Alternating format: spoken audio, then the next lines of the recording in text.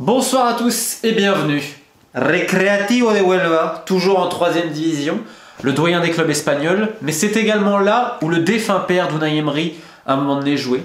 Donc petit hommage, parce que cette vidéo, elle va vous présenter les versions anglaises et espagnoles de mon ouvrage sorti il y a 1 an et demi sur Unai Emery, alias El Maestro, donc surnom donné par certains de ses joueurs à l'époque, signifiant un professeur en espagnol.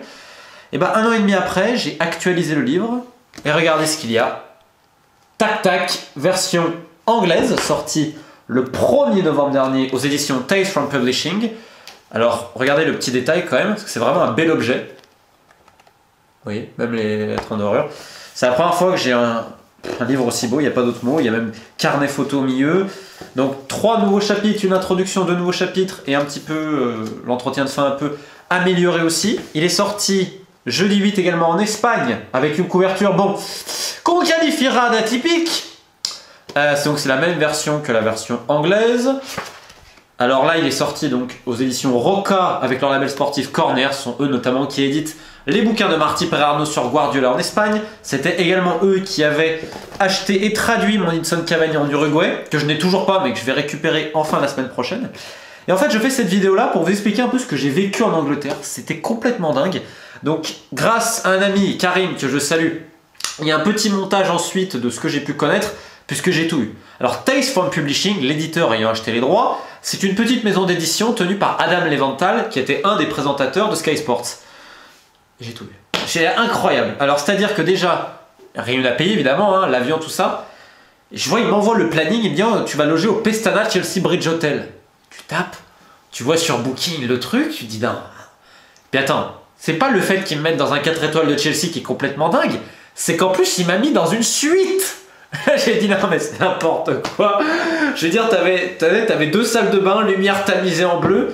Je me dis bon, quand je vois ce que j'ai à peu près en France, tu vois, dans mon propre pays, donc ça m'a fait marrer. Attends, à un moment donné, l'hôtel, ils avaient mis une pancarte pour dire que j'étais au 1er étage et qu'il fallait pas déranger. Mais faut pas déconner. Tu sais, j'étais gêné, puis en plus j'y suis allé comme ça, hein, à l'ancienne, avec des t-shirts Sonic. Donc il y avait des gens, c'est sûr, ils me regardaient peut-être un peu bizarrement. Mais bref, un accueil exceptionnel. Adam, il a été mon chauffeur pendant tout le séjour. Donc on a fait Talksport en direct, la grande radio, BBC Radio London et une BBC matinale, Sky Sports, Sky News. Donc j'ai fait 2 interviews, il y en a une qui va être diffusée pour le Tottenham Arsenal bientôt. J'ai fait CNN en direct, un critique littéraire ému de When Saturday Comes et 442, 2 magazines de référence, il m'a même demandé une dédicace. J'ai fait l'Ars Blog, donc le grand podcast, Arsenal Fan TV, enfin, j'ai eu tout. J'ai jamais eu, ne serait-ce que la moitié de cette promotion-là en France, dans mon propre pays. Incroyable. Mais vraiment, c'est un autre monde, l'Angleterre. C'est rien à voir. En plus, c'est le temple quand même de la littérature footballistique. Alors pour moi, qui ai toujours rêvé d'avoir un de mes bouquins en anglais, voir un objet aussi beau. J'ai dû en plus signer plein de livres parce qu'en fait, vous pouvez directement commander sur son site donc, et vous l'envoie. Et donc, j'ai signé des copies. Et en fait, on en a envoyé en Inde, à Singapour, aux États-Unis, en Finlande, en Norvège, et à 1 ou 2 autres pays aussi un peu lointains. Donc, qu'est-ce que tu en dis, toi, monsieur le chat? Non, toi, tu n'étais pas à Londres avec moi. Donc, c'était 3 jours absolument fous. Alors, évidemment, il faut rester très tranquille de ça, parce que ça fait pas tant un bien-être exceptionnel ou pas. Loin de là. Mais par contre, c'est important de le savourer, vraiment. J'ai vu des choses surréalistes. Là, j'ai appris que Arsenal a même passé une commande de livres. C'est un truc assez dingue. En Espagne, il y a eu quelques articles pour le moment sur la presse, mais pas grand-chose encore. Donc on va voir ce qui va se passer ces prochains jours. Et je vais vous citer quand même un extrait de cette nouvelle version avant de vous laisser avec le petit montage. Donc, alors allons-y. Donc c'est l'introduction que j'ai faite sur son arrivée à Arsenal. Les premières semaines d'entraînement et de compétition d'ailleurs étaient marquées par des entretiens individuels avec chaque joueur, comme il est de coutume pour la plupart des nouveaux entraîneurs. Plusieurs fois, Unai a demandé à ses éléments de leur raconter pourquoi ils jouaient au football, ce qu'ils aspiraient à Arsenal et dans la vie en général. Je dois d'abord comprendre l'homme, sinon je ne saisirai jamais totalement le joueur, dit-il. Alors, il multiplie les encouragements avec un affectif comme Alexandre Lacazette, qu'il suivait déjà avec intérêt au Paris Saint-Germain. Cela n'est pas un gage de réussite, mais c'est ainsi que Unai Emery fonctionne. Le coach a forcément une barrière avec les joueurs, car il y a des limites à ne pas dépasser selon nous, explique Juan Carlos Carcedo, son fidèle entraîneur adjoint. Mais chaque jour qui passe, on a toujours débattu entre nous sur la manière de gérer chaque individu. Je parle de la personne, le joueur passant toujours après. Le football, c'est avant tout des êtres humains. Si on commence à les manager comme des machines ou des êtres dénués de sentiments et d'émotions, Il s'arrête un moment, puis évoque le cas d'Edinson Cavani, une des personnalités les plus atypiques du football moderne, un homme d'une incroyable générosité en dehors du terrain qui court pour 5 sur le terrain tout en ayant l'égoïsme du buteur. On a tout connu dans notre carrière, des caractériels, des sensibles, des colériques, des égoïstes, des mecs sans foutant, des fêtards, des endormis, des super actifs, des bons types. Et le fait d'avoir entraîné dans divers pays et des joueurs de toute nationalité nous donne aussi une autre ouverture sur eux. Cela ne sera pas trop pour l'effectif cosmopolite des Gunners, c'est 15 nationalités différentes et sa pléiade de caractères. Il y a de l'envie, de la fougue, et j'arrive plus à lire où j'étais. Il y a de l'envie, de la fougue et le désir d'apprendre. C'est tout ce qu'un entraîneur peut demander, conclut Unai, qui prend congé pour retourner à sa besogne encore et toujours. Il est venu dîner à la maison, c'était durant l'hiver dernier, se remémore Luis Fernandez. On a mangé, il y avait un match à la télé, je ne me souviens plus exactement lequel. Unai vivait ça comme s'il était sur le terrain. On a parlé toute la soirée de football, des joueurs, de ses idées, de ses plans. J'ai eu la chance de connaître des seigneurs de ce sport. Des hommes comme Marcelo Bielsa, des hommes de parole, de principe. Unai, je le mets dans la catégorie des gens honnêtes. Ces gens de plus en plus rares dans le football. Pendant un an, je l'ai vu arriver les matins, repartir le soir, respecter chaque employé du Paris Saint-Germain et l'institution du club. C'est pour ça que j'ai compris le choix d'Arsenal. Il faut respecter l'héritage d'Arsène, avoir l'humilité de s'inscrire derrière un monument tout en apportant sa patte.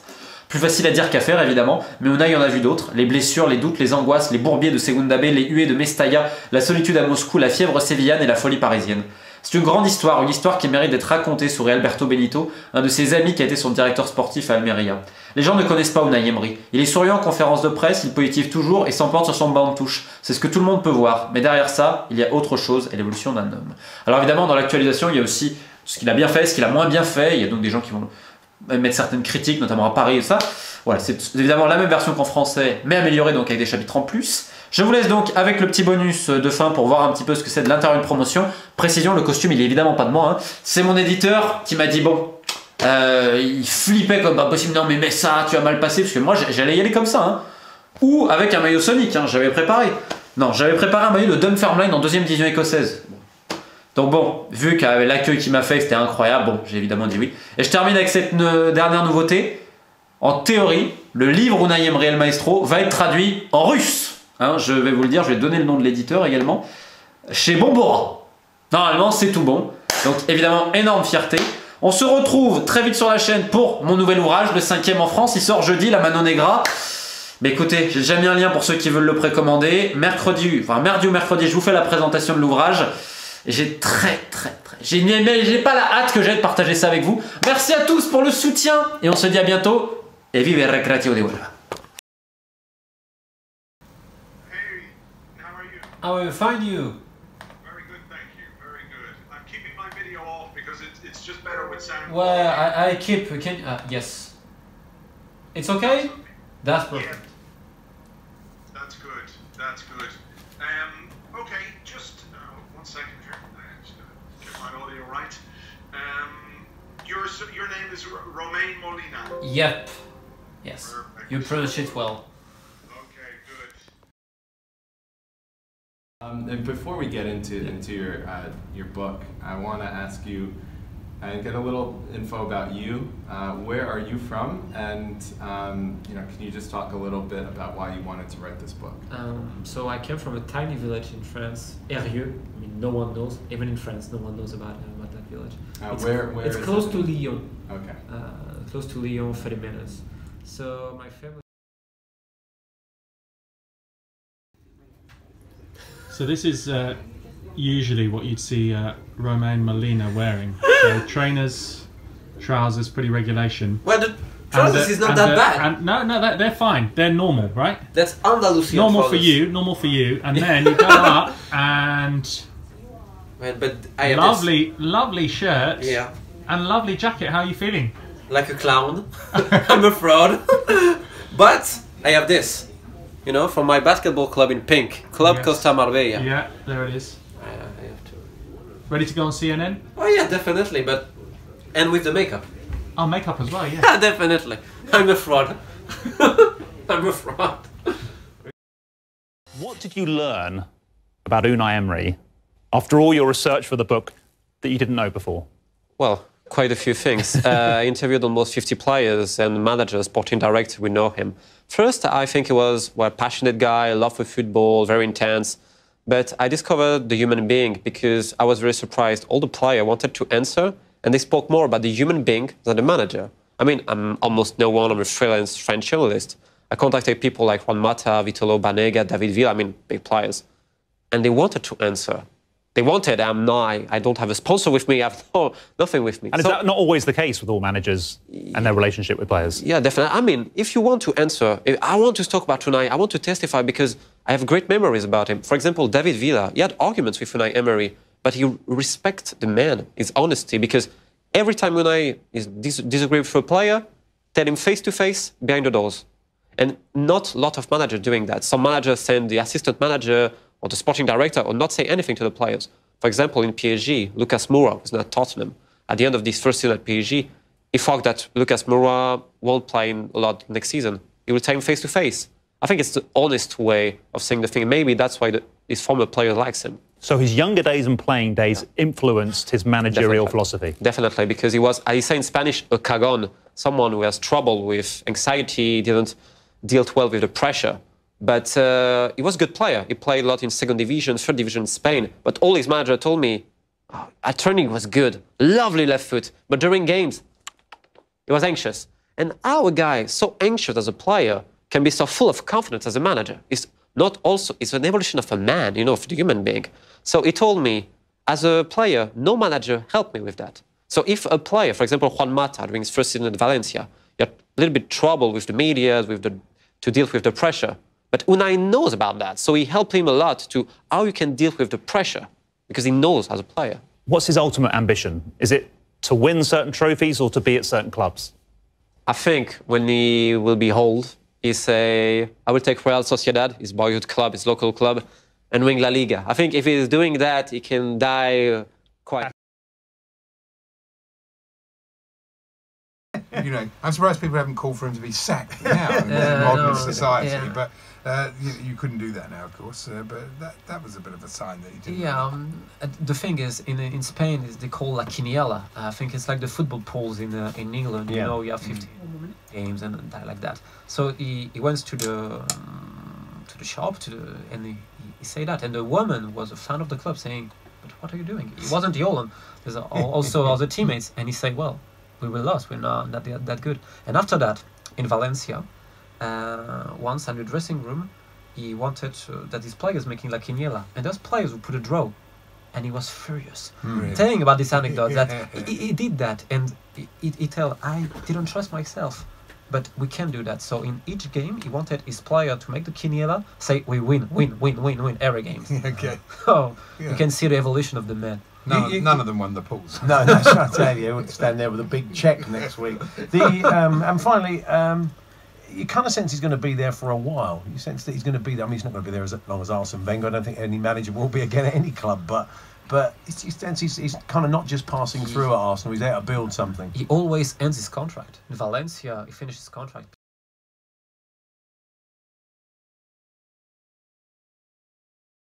They want to win the Champions League, definitely. Yeah. But that experience again is going to benefit him. Definitely. When he was appointed, did you say no? This guy will fit. This is a good fit for Arsenal.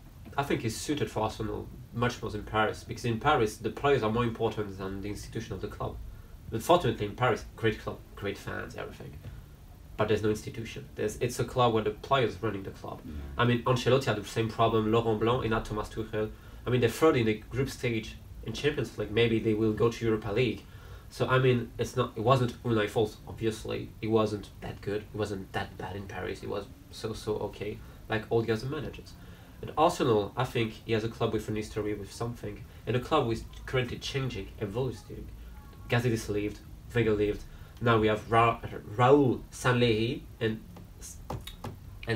I forget the other one. There's two people who are now running the Sports Academy. Sven Mislintat. I'm sorry for the pronunciation. So they're currently changing and evolving the way of how they recruit the players, everything. I think Unai can add. And maestro in the Spanish way means a professor, a teacher. It's not like, the maestro, but in the touchline sometimes you have the impression that he's also a maestro with building a symphony with his players. Yeah. We've seen how passionate he is on the touchline, as you said. Is he able to relax? Yeah. He's not like Marcelo Bielsa, for example, Leeds manager, who is fanatic of football, 24/24. he can relax, definitely, but football is passion for him. But he's also very interested by other things in his life. I mean, wine, good food. I mean, he came from the Basque region, so he has to. And also, he loves to read, you know, book about psychology, how to lead a group. Now, he can relax after a game. He can go out, you know, for a meal. Yeah, he can sleep after a game. Yeah, he can. And how is he approaching the challenge of taking over from Arsene Wenger, do you think? I think it's a massive challenge for every coach. But the thing is, he was at PSG before, with a massive club also. So going to Arsenal, going to Premier League, to England, I mean, he's a romantic manager. Going to the Premier League, the English football has something. So definitely for him it's exciting, because Arsenal wants to be at the top. But now for the moment, the last couple of years was complicated. So the club is currently changing, and Unai is part of the process. So I think it's very fascinating, because he helped to build something not new, because there's a legacy of Wenger, but adding his way, his own souls. And Arsenal looking more ruthless, how much is that to do with the atmosphere that he's creating in the dressing room? It's quite a team spirit. For him, the team is always beyond the individuality. So he's trying to build a team spirit and a togetherness. Maybe when I see Alexandre Lacazette up front, works his circles for the team, Lucas Torreira in midfield area, he has this kind of players who have a team mentality. But definitely, in the last couple of years, we say Arsenal was weak, maybe in the head, because they have talent, plenty of talent. So maybe it's one of his biggest challenges, make these great players who can be reliable during all the season. And how important is this game against Liverpool? Will that be a marker? It will be very interesting, because I think the team now is better than in the first game. I think it's logic, there was a progression. And also the kind of Ozil, Aubameyang, the terrific players. But sometimes they made a terrific game, and after the game maybe so-so. So it's up to them and everyone, especially the balance. I think his main job is to have balance.